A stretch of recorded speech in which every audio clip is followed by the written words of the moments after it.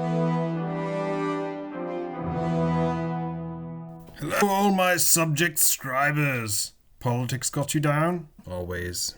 Life not working out so well in your so-called representative democracy and or parliamentary system? Ready for some sweeping and lasting changes that you'll probably be happy about? I'm King Arthur Pendragon, and I say it's time to fire your so-called leaders and find yourselves a ruler. Have a real monarch take another crack at things. But I'm not some arbitrary and reasonable dictator. After all, what is Arthur without his round table? In fact, starting today, you can have a seat at that table and be one of my knights. Now, Pipkin, you say something like, "But my liege, a privilege like this is surely beyond my modest means." I'm sure it is, but you're not my liege. It's okay, Pipkin. I'm prepared for you to be uncooperative. Here's my friend Sir Poincelot, an honest English hedgehog. But my liege, to be your knight, it must cost a load of dosh, innit? No, my small and uneducated friend, just a bit of dosh. But once you receive a seat and a title, you know it pays for itself. But what do you think it would cost? Cor blimey, for something like that, I'd pay 1,000 quid. Well, if you can believe it, Sir Poincelot. Starting today, you can have a seat at my round table for only 9.99 quid. Well, I'll be blowed. That's quite affordable, even on an hedgehog's salary. Wait, even hedgehogs make more than professors now? So, question for you, fake King Arthur, how would a seat at the round table and a title pay for itself?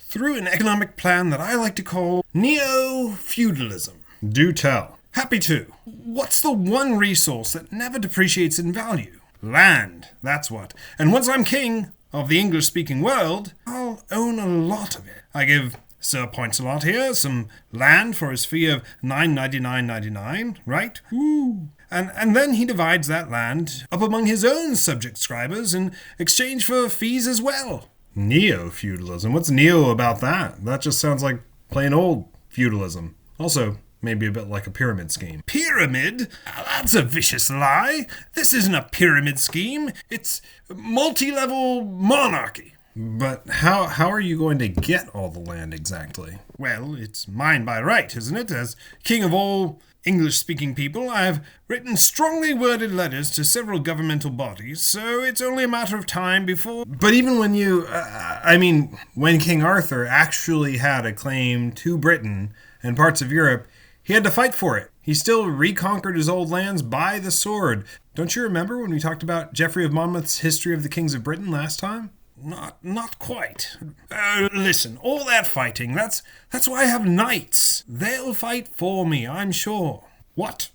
Think of the glory, Sir Poincelot. No. In Geoffrey of Monmouth's history from the early 12th century, so around 1138, King Arthur is supported by his knights, but he's the one who does most of the fighting. He's the star. History of the Kings of Britain. That's not even a thing. Oh, it definitely is a thing. It's the whole reason anyone even knows about King Arthur. Geoffrey of Monmouth brought the legends of King Arthur into mainstream French culture when he claimed to translate a book called The History of the Kings of Britain from ancient Welsh into Latin prose. People took it very seriously, and they began to see Arthur as an important historical British king.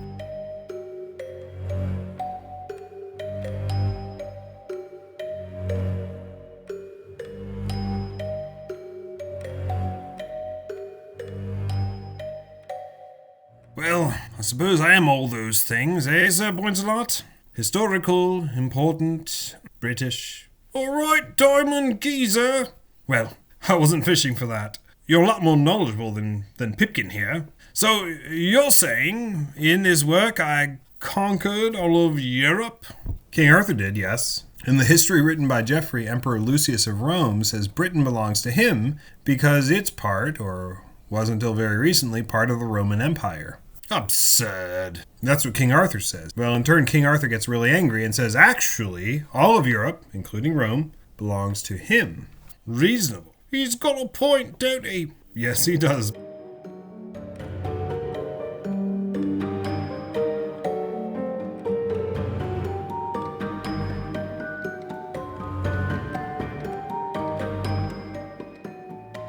This, by the way, is part of the reason people in olden times paid so much attention to their list of ancestors. The main source of wealth was land, and land was heritable. So if you could show that your great-great-great-grandfather owned this or that piece of land, it meant you had a claim on it. So you're saying, I also have a claim to most of the non-English speaking world as well.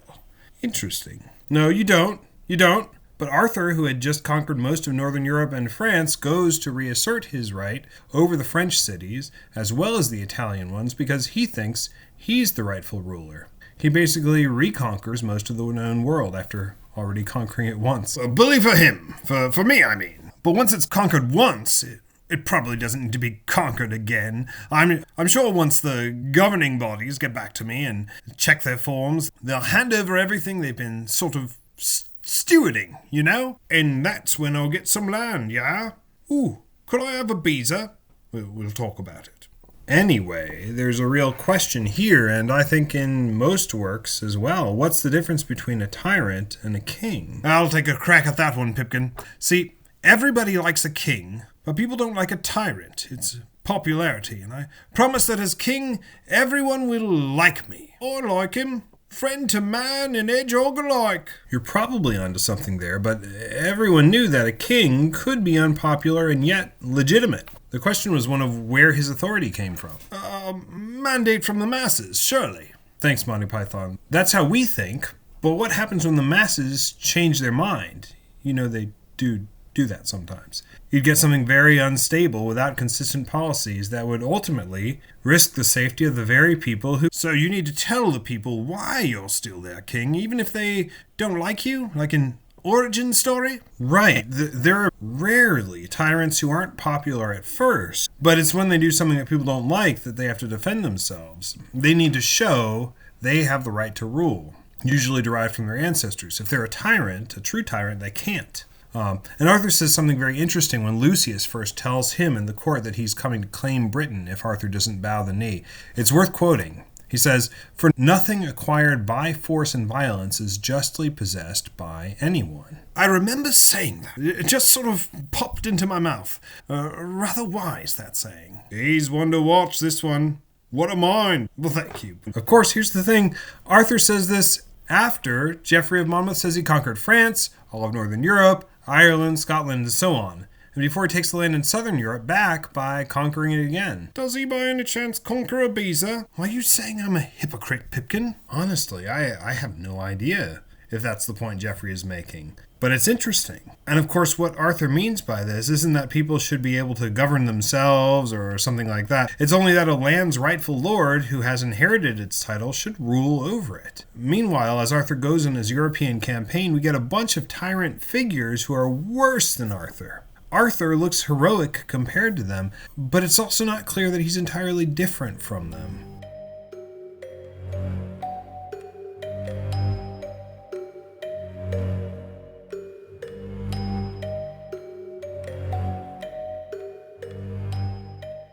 What tyrant figures? Well, we'll get to Vortigern and even Uther Pendragon in another video. And the work is called History of the Kings of Britain, so it's going to be interested in kings and rulers and tyrants. But okay, Exhibit A, the Emperor Lucius. Not a nice guy, and not the lawful king of Britain. But he wants to be seen as the lawful king of Britain in Arthur's empire. More like awful king of Britain, eh? Up top.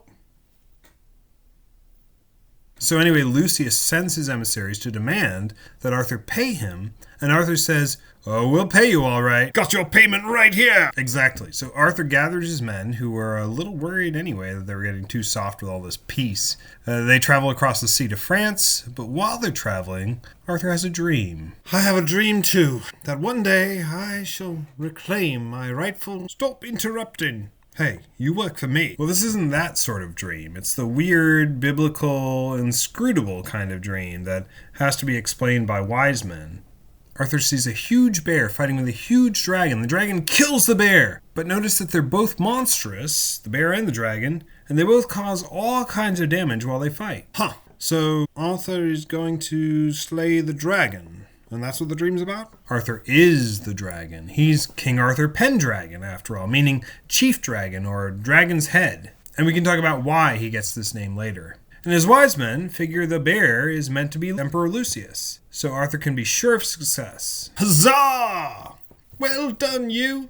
But Arthur thinks that probably the bear is a giant he'll need to fight before he even gets to Lucius. Puzzling. I'm sure I was right. Yes, well, both interpretations are correct. Arthur will destroy Lucius, but not before he has to fight a giant. And he fights that giant, the giant of Mont Saint-Michel, pretty much as soon as he gets to France. French giants, they're the worst. Remember, though, that this is a book written in Latin by a French-speaking guy. Everything about Arthur's court reflects a militaristic French court, too.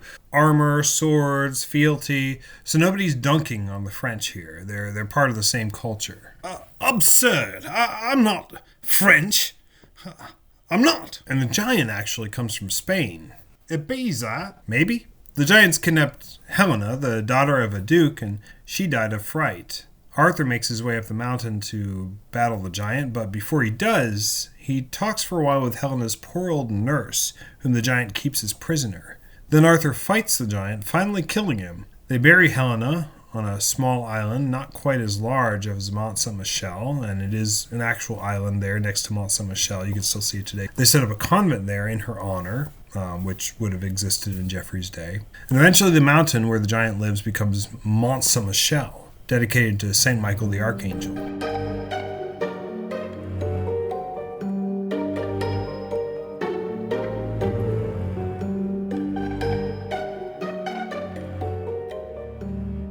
Yes, but who cares? What's the point of all this? Didn't you say this fight was about kings or tyrants or something like that? Yes, well, while he's terrorizing Normandy, the giant acts like a tyrant, someone who rules by naked power rather than because he has a right to the land. He uses the people he has conquered to satisfy his own lusts and appetites. He's a swollen caricature of a bad king. He knows no limits until he overextends himself and is defeated. Lucius does the same thing, though not as cartoonishly as the giant does. But the bear in Arthur's dream could represent either of them. And then Arthur, as soon as he defeats Lucius, begins making plans to besiege Emperor Leo in Rome. And it's at that time he learns his nephew Modred and his queen, Guinevere, have betrayed him back in Britain. So he too is at least tempted to take new lands by force.